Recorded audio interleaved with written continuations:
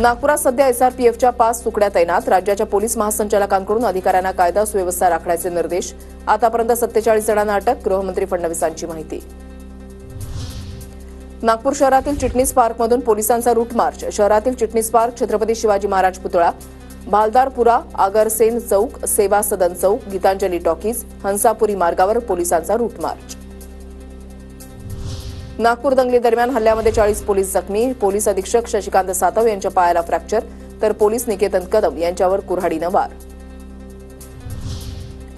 2 दिवसांपासून नागपुरात विहिंप बजरंग दलाकडून भडकवणारी विधानं. कुणीही बाहेरून आलेली लोक नाहीत. संजय राऊतांची प्रतिक्रिया. आमचं असं म्हणणं आहे, सरकार तुमचं आहे ना, नरेंद्र मोदी तुमचे आहेत, देवेंद्र फडणवीस तुमचे आहेत, दंगली कशाला करताय? सरकारने जाऊन कबर उद्ध्वस्त करून टाकावी.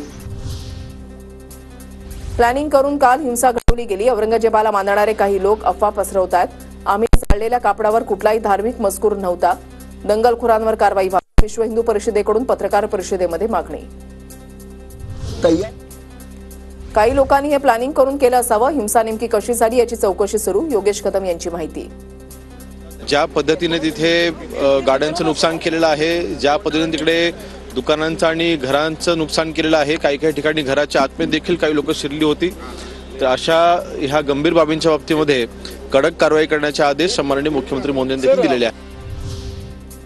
गुप्तचर यंत्रणा, पोलीस झोपले होते का? प्रशासनावर गृहमंत्रालयाचा अंकुश राहिलेला नाही. नागपुरातील राड्यावरून अंबादास दानवेंचा सवाल. गुप्तचर यंत्रणा झोपलेली का? तर नागपूर सारख्या गृहमंत्र्याच्या शहरात गुप्तचर यंत्रणा झोपलेली असेल, राजरोज एकमेकांवर दगडफेक केला, तर पोलीस झोपलेली होती का? याचाच अर्थ प्रशासनावर गृहमंत्रालयाचा कोणताही अंकुश राहिलेला नाही.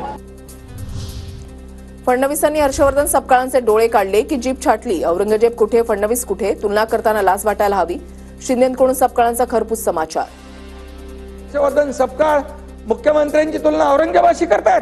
औरंगजेबाने धर्मवीर संभाजी महाराजांचा अनन्वित छळ केला, डोळे काढले, जीभ छाटली.